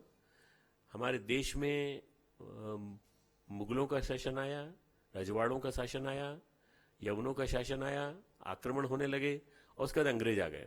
ये जो क्रमशः जो आते चले गए, इनके खिलाफ विद्रोह हुआ। 1857 से आप 2015 की बात ले लीजिए, 2015 कितने साल होते हैं? लगभग जो मेरा अंदाज है उसके हिसाब से करीब 175-180 साल होते हैं। 175 साल अगर होते हैं मित्रों, तो इसका मतलब ये कि ये जो समय है ये सबसे बड़ा परिवर्तन की वेला है। इसी परिवर्तन की वेला के थोड़ा पहले 1835 में एक ब्रिटिश जो था व्यक्ति, जिसने कि एक बहुत बुरे उसमें मूड में और बुरे स्वर में उसने एक बात कही ब्रिटिश पार्लियामेंट में, जिसका नाम था लॉर्ड मैकाले। उसने कहा कि भारतवासी अंग्रेजी सीखे नहीं सीखे, मुझे इससे मतलब नहीं है, पर भारतवासी संस्कृत को भूल जाए। तो संस्कृत जिंदा रहेगी तो संस्कार जिंदा रहेंगे। संस्कृत भूल जाए, संस्कृत को भुला दीजिए, ऐसी पद्धति दीजिए, ऐसा विचार दीजिए, ऐसे चिंतन दीजिए कि ये संस्कृत भूल जाए पूरी तरह से। और संस्कृत में इनके प्राण छिपा पड़ा है, इनके वेद, इनके उपनिषद, इनके जितने भी ग्रंथ हैं इन सब में केवल संस्कृत है। तो वो उसने अपना जो बयान दिया, उस बयान के पश्चात एक रणनीति बनी कि किसी भी तरह से अंग्रेजी को जीवन शैली को थोपा जाए और पढ़े लिखे लोगों का जो वर्चस्व है वो इस आधार पर माना जाए कि वो लोग पढ़े लिखे माने जाएंगे जो अंग्रेजी में पढ़े लिखे, जो संस्कृत में पढ़े लिखे हैं वो पढ़े लिखे नहीं माने जाएंगे। 1835 का कुचक्र चलता रहा। 1857 में, 1836 में स्वामी रामकृष्ण परमहंस आए। शायद उस मेकाले का पतन करने के लिए स्वामी रामकृष्ण परमहंस ने जन्म लिया और उसके पश्चात में स्वामी विवेकानंद को जन्म दिया। स्वामी विवेकानंद आए। स्वामी विवेकानंद के पहले लक्ष्मीबाई वगैरह ने 1857 में स्वतंत्रता संग्राम सेनानी के नाते एक पहला तुमुलनाद किया, पहला शंखनाद किया। और उस पहले शंखनाद के बाद ऐसा आजादी का माहौल बना कि देखते देखते मित्रों उस 1857 से लेकर 1947 तक और 1947 से लेकर आज 2015 या 2020 या 2025 तक एक माहौल ऐसा बनता चला गया जिसमें कि हम एक माहौल से घिरते चले गए पर आजाद हो गए। हम आजाद हो गए। स्वामी विवेकानंद से सभी प्रभावित थे, लोकमान्य तिलक भी, जितने भी उस जमाने में गोखले थे वो भी, गांधी भी, सुभाष चंद्र बोस भी, सभी प्रभावित थे स्वामी विवेकानंद से। और उन्हीं के चिंतन ने एक प्रकार से पूरे हमारे राष्ट्रीयता के ऊपर एक प्रकार से हावी होकर के सब कुछ विचार करने की शैली को स्थापित किया था। पर एक सबसे बड़ी समस्या क्या हो गई कि हम अंग्रेजी से मुक्ति नहीं पा पाए। तो मेरी खुद की पढ़ाई अंग्रेजी में हुई है। मैं खुद जानता हूं कि मेडिकल कॉलेज की परीक्षा मैं अंग्रेजी में पढ़ के दी है मैंने, पर मैंने पूरा पढ़ा है। रशिया में सारा कोर्स रशियन भाषा में है, चाइना में सारा कोर्स चाइनीज भाषा में है, फ्रांस में सारा मेडिकल का कोर्स पूरी फ्रेंच भाषा में है। तो हमारे देश में हिंदी में कोर्स क्यों नहीं बना? जिस समय मैं पढ़ने के लिए बैठा और मैंने पढ़ना शुरू किया 1966 में, तब मेरे जमाने में क्यों हिंदी में मेडिकल नहीं था, पढ़ाई नहीं थी, हिंदी की पढ़ाई नहीं थी, इंग्लिश की पढ़ाई थी। हमें पढ़ना पड़ा।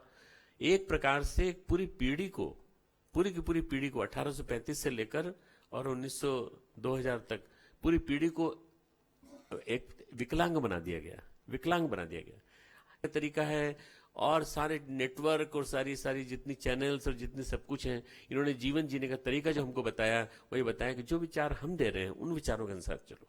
आपको इंटरनेट पे जाना पड़ेगा, ऑनलाइन आपको ऑर्डर करना पड़ेगा, ये करना पड़ेगा, वो करना पड़ेगा, सब कुछ पूरा इंग्लिश में सब कुछ। और इस इंग्लिश भाषा ने हमारे यहाँ एक कृत्रिम नकली सभ्यता पैदा की, जिससे नकली साहब पैदा होने लगे, नकली साहब ज्यादा पैदा होने लगे। इंग्लिश स्कूल्स खुल गए। इंग्लिश स्कूल में जो पढ़ा वो सबसे बढ़िया, जो इंग्लिश स्कूल में नहीं पढ़ा वो सबसे खराब। ऐसे में परम पूज्य गुरुदेव का आगमन हुआ और परम पूज्य गुरुदेव ने आके कहा विचार सबसे शक्तिशाली चीज होती है, मैं विचार को प्रभावी बनाऊंगा और ऐसा प्रभावी बनाऊंगा। गुरुदेव ने इंग्लिश में क्यों नहीं लिखा? गुरुदेव ने हिंदी में क्यों लिखा? गुरुदेव ने हिंदी में इसलिए लिखा कि गुरुदेव को समझने के लिए, गुरुदेव को पढ़ने के लिए लोग हिंदी पढ़ें और हिंदी पढ़ के फिर गुरुदेव के साहित्य को अपने जीवन में उतारें। गुरुदेव के साहित्य को जीवन में उतारने के लिए लोगों ने बड़े बड़े आईएएस ऑफिसर्स को मैं जानता हूं जिन्होंने कहा कि गुरुदेव की हिंदी कठिन थी, परंतु हमने केवल गुरुदेव के इतना मतलब हमारे एक भूतपूर्व आईएएस ऑफिसर हैं जो चीफ सेक्रेटरी रह चुके हैं, उन्होंने लिखा है कि मैं ऐसी नाचती दौड़ती उछलती हुई पढ़ने के लिए मैं अपने आप को रोक नहीं सका। मैंने हिंदी फिर से सीखी और हिंदी सीख करके आईएएस करने के बाद हिंदी सीखी और हिंदी सीख के मैंने गुरुदेव के साहित्य को पूरा पढ़ा और पढ़ने के बाद फिर मैंने अंग्रेजी में अनुवाद किया, उन्होंने अंग्रेजी में अनुवाद किया। मैं इसलिए कहना चाहता हूं कि विचार कितना प्रभावशाली होता है, उसकी ताकत स्थापित करने का काम परम पूज्य गुरुदेव ने किया। एक आदमी अकेला 3200 किताबें, सारे के सारे वेद पुराण आर्ष ग्रंथों का सबका अनुवाद, सारी की सारी चीजें करते चले जाना और उसके बाद फिर अब उनका अनुवाद दीक्षित्री भाषा में होता चला जा रहा है। ये सारा चिंतन जो है मित्रों, ये सारी की सारी चीजें जो हैं ये निर्भर करती हैं उस व्यक्ति पर जिस व्यक्ति ने इसको आरंभ किया। पर लिखी हुई चीजें महत्वपूर्ण नहीं होती, लिखा हुआ पर्चा महत्वपूर्ण नहीं होता, लिखा हुआ कागज महत्वपूर्ण नहीं होता जब तक जीवन में न उतरे। जीवन शैली में उतरना चाहिए, पर्चा महत्वपूर्ण नहीं है। एक सियार की कहानी सुनाता हूं आपको। एक सियार था, वो जंगल से शहर चला गया। शहर में उसकी अच्छी पिटाई होने के बाद वो वापस भाग के आया तो एक हाथ में कागज उसके आ गया था। तो पिटाई की बात तो उसने किसी को नहीं बताई, अपनी पत्नी को भी नहीं बताई। उसने सबसे कहा कि शहर में हमारी खूब आवभगत हुई और उन्होंने हमको सर्टिफिकेट दिया है। ये अब वहां कोई पढ़ा लिखा तो था नहीं, बोल रहा हूँ जो इंग्लिश पढ़ते ना, जो सर्टिफिकेट ये रहा, सर्टिफिकेट देख लीजिए। और इस सर्टिफिकेट में हमारे बारे में ये बताया गया है कि हम सबसे विद्वान हैं, हमने सबसे ज्यादा पढ़ाई की है। तो लोगों ने उसको भी वहां का सबसे बड़ा वो बना दिया, राजा बना दिया कि भाई सीख के वहां आया, वो वहां होके आया। हमारे यहाँ विदेश से कोई आता है तो हम उसकी पूजा करने लगते हैं, और हमारे देश का कोई हो जो अच्छा विद्वान हो उसको हम मानते नहीं है। ये हमारी मानसिकता बता रहा हूं मैं, जस्ट पराधीन मानसिकता। वो जो था सियार, एक दिन शिकारी आ गए, और शिकारी जंगल में आ गए। जब उन्होंने भगाना चालू किया तो सबसे पहले वो राजा भागा, शियार भागा, क्योंकि वो तो मार खा के आया ही था, उसको मालूम था क्या होने वाला है। उसके भागने के साथ साथ सब भागे। उन्होंने कहा तुम क्यों भाग रहे, तुम्हारे पास सर्टिफिकेट है? बोले अरे वो उनको आती नहीं है, हिंदी नहीं आती, इंग्लिश नहीं आती, उनको पढ़ना लिखना नहीं आता, वो मुझे मारेंगे, तुमको ही मारेंगे, भागो यहां से। मित्रों, आज हमारी स्थिति उस सियार जैसी हो गई। हम सर्टिफिकेट लिए बैठे हैं, डिग्री लिए बैठे हैं, MBA की डिग्री, MCA की डिग्री और दुनिया भर की PhD की डिग्री। मैं खुद MD की डिग्री लिए बैठा हूं, पर क्या काम की बताइए? अगर जीवन जीना नहीं आया तो किस काम का? जीवन जीना आना बहुत जरूरी है। अगर परम पूज्य गुरुदेव ने साहित्य लिखा है और आपके घर में रखा है, लोग आते हैं बताते हैं, साहब देखिए गुरुदेव आए थे, यहाँ बैठे थे, कुर्सी पे बैठे थे, यहीं बैठ के दूध पिया था, मैं उनके घर जाता हूँ, और यहीं देखिए किताब रखी है, और देखिए अखंड ज्योति वही पुरानी वाली अखंड ज्योति रखी हुई है, रेपर सहित रखी हुई है, रेपर देखिए, खोली भी नहीं भले मानस ने, रखी हुई है। और आरती उतारते हैं, उसकी रोज आरती उतार। अरे आरती नहीं उतारनी, उसको खोल के पढ़ना है बाबा, तुम पढ़ोगे नहीं तो जीवन में कैसे उतरेगा? युग साहित्य विस्तार वर्ष में सबसे पहले पढ़ना सिखाना है लोगों को कि भाई तुम पिछाड़ तो पढ़ो गुरुदेव के, तब तो जीवन में उतरेंगे। अगर जीवन में नहीं उतरेंगे तो क्या फायदा? मतलब सबसे महत्वपूर्ण बात यही है, मैं जो बार बार बताना चाहता हूं कि लिखते लिखते मुझे भी हो गए करीब 25-30 साल हो गए, 25 साल हो गए। मैं भी ये बताना चाहता हूं कि लिखते लिखते गुरुदेव को इतने साल हो गए, 80 साल हो गए, और गुरुदेव ने क्रांतिधर्मी साहित्य लिखा। एक एक शब्द नाचता हुआ शब्द है, एक एक शब्द जीवन में उछाल लाने वाला शब्द है। अगर कोई पढ़ लेगा, अगर कोई उसको वास्तव में जीवन में उतार लेगा तो जीवन में निहाल हो जाएगा। क्यों नहीं पढ़ते लोग? लोगों को पाठक बनाओ। मैं कहता हूं ग्राहक मत बनाओ, पाठक बनाओ। पढ़ो, चलो पढ़ो। अब पढ़वाना पड़ेगा, पढ़वा करके वापस लेना पड़ेगा, फिर कहना पड़ेगा अब दूसरी किताब पढ़ो, अब तीसरी किताब पढ़ो, अब चौथी किताब पढ़ो, तब जाकर के वो मित्रों आगे बढ़ेंगे। ये जब तक जीवन में नहीं उतरेगा हमारे, तब तक हमारे जीवन में न तो चिंतन, न चरित्र, न व्यवहार, तीनों में कोई इंप्रूवमेंट नहीं आने वाला। चिंतन, चरित्र, व्यवहार हमारा वैसे के वैसे ही रहेगा। मित्रों, एक जमाना था जब हमारी संस्कृति का सम्मान, संस्कृति ऐसी थी जिसके माध्यम से लोग चरित्रवान विकसित होते थे। मैं शिवाजी की बात सुनाना चाहता हूँ। गोहर बानों को लेकर के आए उनके सैनिक और कहा हम आपके लिए गिफ्ट के रूप में लाए, भेंट के रूप में लाए। शिवाजी झुकते हुए गए, जाकर के उसका घूंघट उठाया और कहा, माँ तुम कितनी सुंदर हो, काश मेरी माँ भी इतनी सुंदर होती तो मैं भी सुंदर पैदा होता।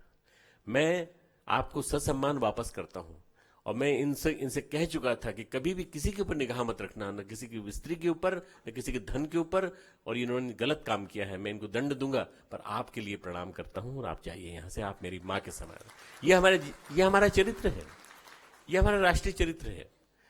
अब्दुल रहीम खान खाना जब उनका परिवार आ रहा था तो महाराणा प्रताप के सैनिक उनको उठा लाए और महाराणा प्रताप के यहां ले आए।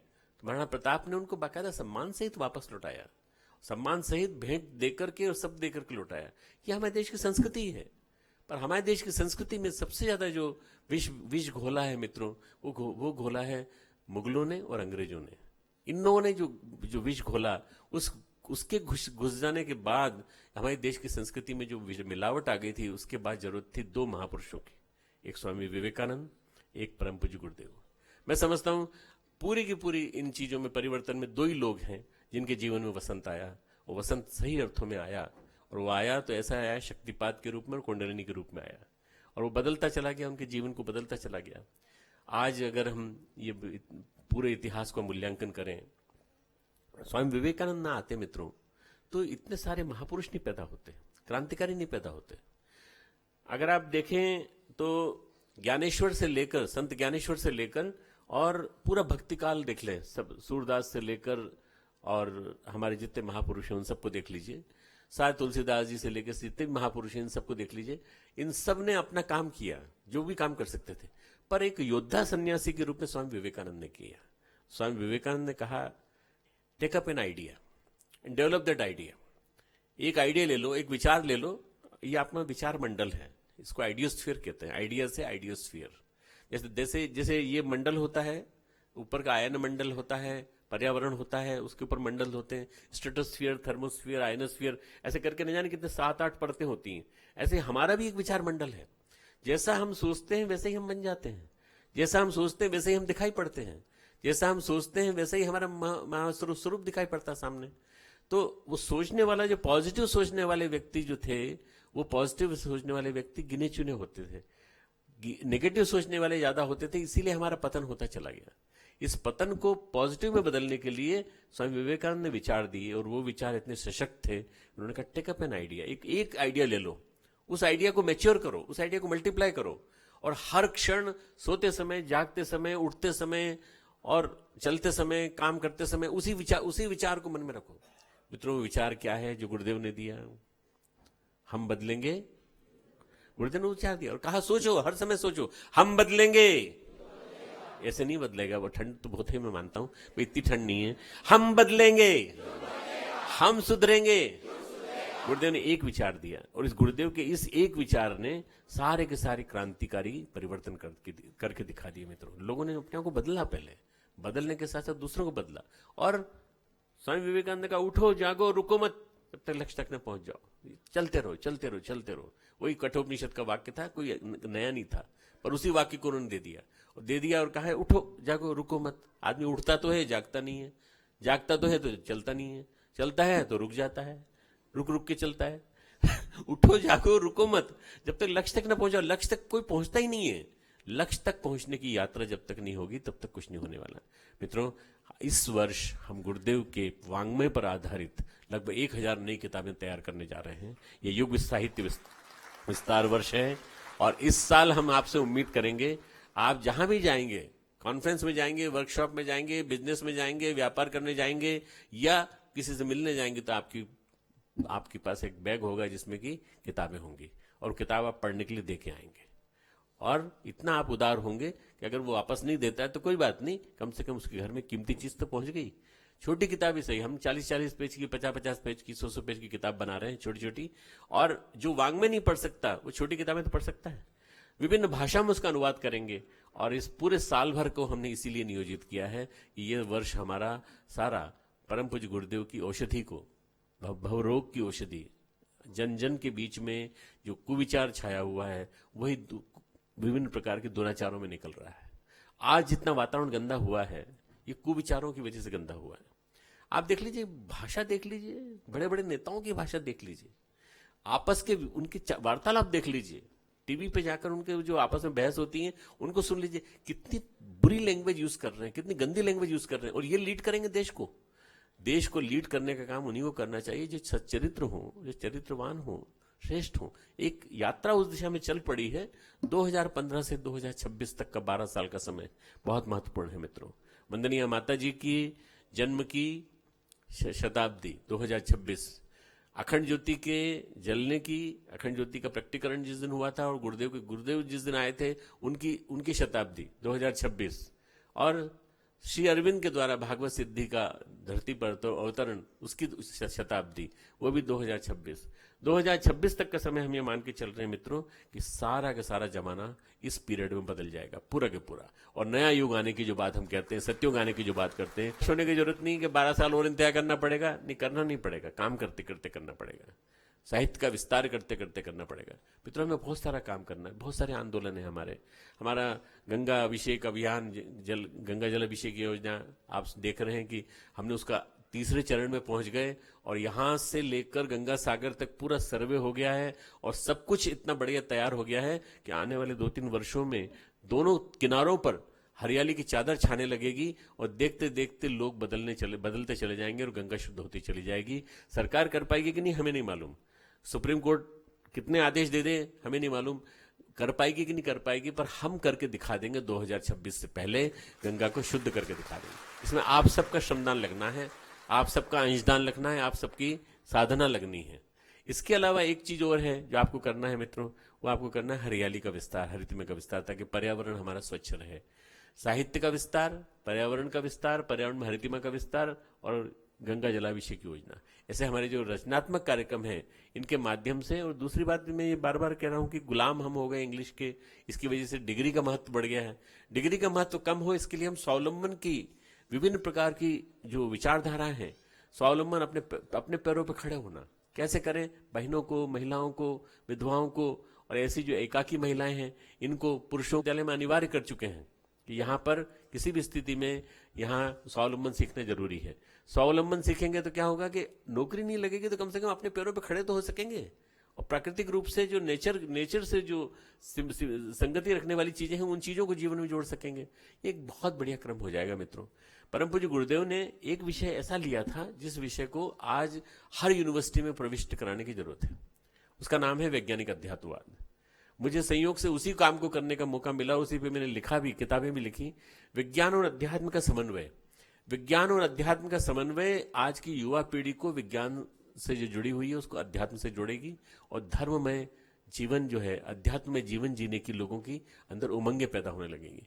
तो वैज्ञानिक अध्यात्मवाद को हर यूनिवर्सिटी में, हर कॉलेज में, हर महाविद्यालय में, हर इंटर कॉलेज में इनमें जाने की योजना हमारी इस साल की है। हम जाएंगे और हमारा एक विषय इस साल का जो हमने लिया है जिसको मोटो कहते हैं थॉट रिवॉल्यूशन, विचार क्रांति।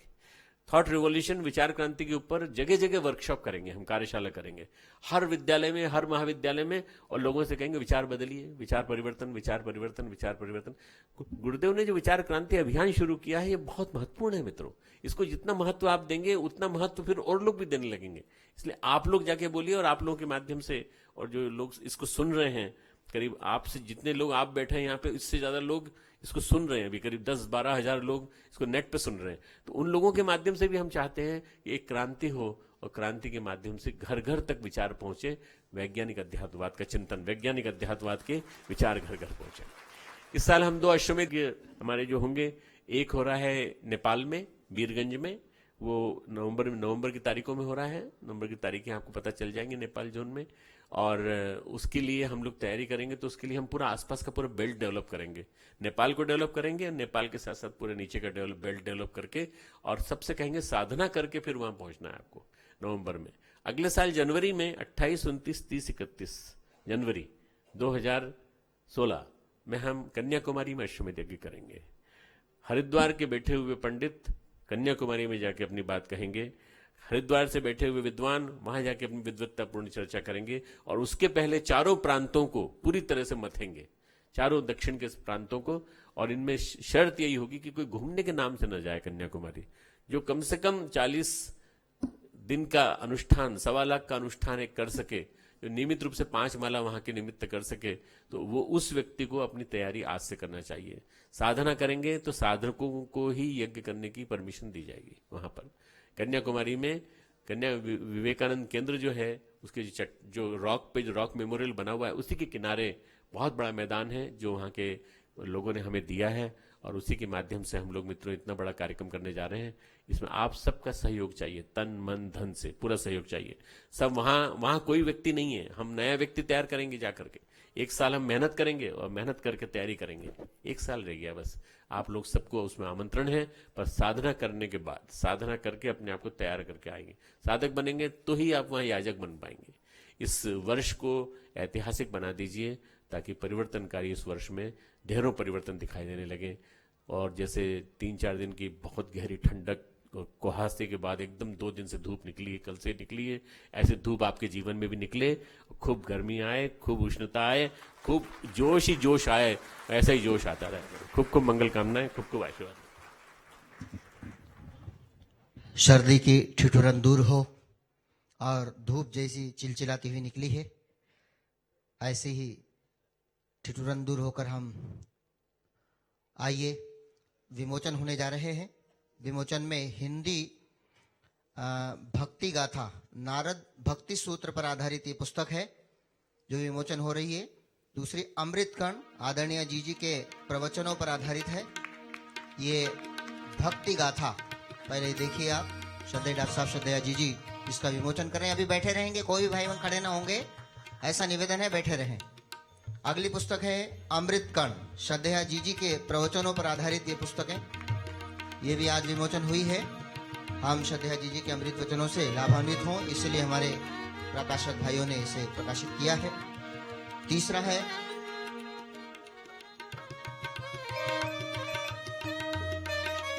अद्भुत आश्चर्यजनक किंतु सत्य, भाग 2। ये भी परम पूज्य गुरुदेव के से जुड़ने पर लोग, हमारे परिजनों के जो संस्मरण थे वो थे।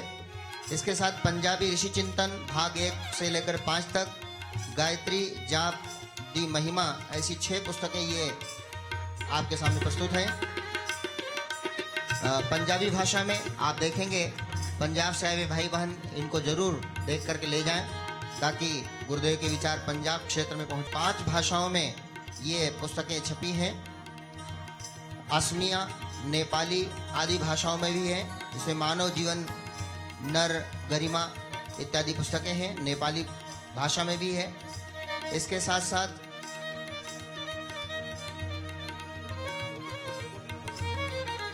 हाँ, ये लोगो है विचार क्रांति का, युग साहित्य विस्तार रश्य का लोगो है। जहाँ कहीं भी प्रदर्शनी लगेगी, साहित्य मेला लगेगा, तो आप इनका प्रयोग करेंगे अधिक से अधिक। ये भी लॉन्च हो गया आज श्रद्धेय डॉक्टर साहब के कर कमलों से। इसके साथ साथ कन्नड़ भाषा की वेबसाइट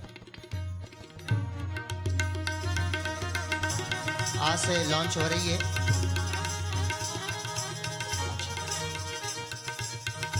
कन्नड़ भाषा में आज से आप परम पूज्य गुरुदेव के विचारों को पढ़ सकेंगे। श्रद्धेय डॉक्टर साहब उसका आज उद्घाटन कर रहे हैं।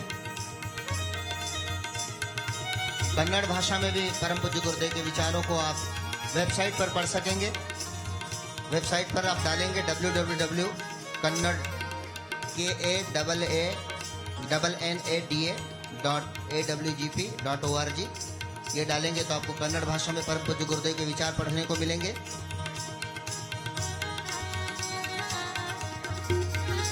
श्रद्धेय डॉक्टर साहब इस वेबसाइट का शुभारंभ आज कर रहे हैं।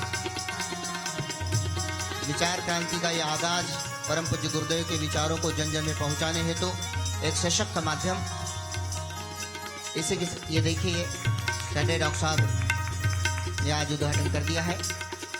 इसके साथ परम पूज्य गुरुदेव के साहित्य पर एक वेबसाइट, इसके साथ में सब EMD की ओर से USB का साहित्य स्टॉल पर USB आपको प्राप्त होगी, परम पूज्य गुरुदेव की अमृतवाणी ऋषि चिंतन का सानिध्य में। इसके साथ श्रद्धेय डॉक्टर साहब के अभी तक जितने प्रवचन हैं उनको भी आप वीडियो प्रवचन आप देख सकेंगे USB में। परम पूज्य गुरुदेव वंदनी माता जी और जी की अमृतवाणी भी इसमें है, और मधु संचय करके ये पेन ड्राइव में आप ले सकते हैं।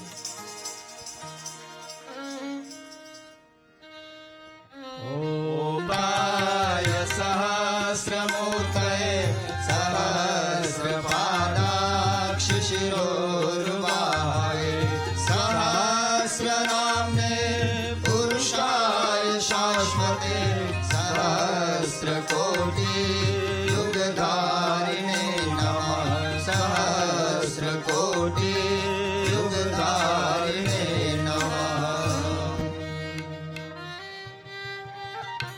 श्रद्धेय डॉक्टर साहब, श्रद्धेय जी अगले क्रम के लिए पधारे हैं। सभी भाई बहन बैठे रहेंगे, अभी खड़े नहीं होंगे। अगला निवेदन यह है कि DVD में परम पूज्य गुरुदेव के प्रवचन DVD के रूप में भी आपको प्राप्त होंगे कैसेट स्टाइल पर। स्वास्थ्य एवं रोगोपचार हेतु भी है, यज्ञ एवं संस्कार पर भी है, क्यों और कैसे, प्रज्ञा पुराण आधारित और सांस्कृतिक कार्यक्रमों का संकलन भी आपको वीडियो DVD के रूप में आपको कैसेट स्टाइल पर मिलेगी। इसी के साथ में ऑडियो DVD भी आपको मिलेगी। अमृत वांग्मय और ऋषि चिंतन के सानिध्य में मंत्र गरिमा और मधु संचय, विचार मंथन, ये सभी आपको ऑडियो के रूप में भी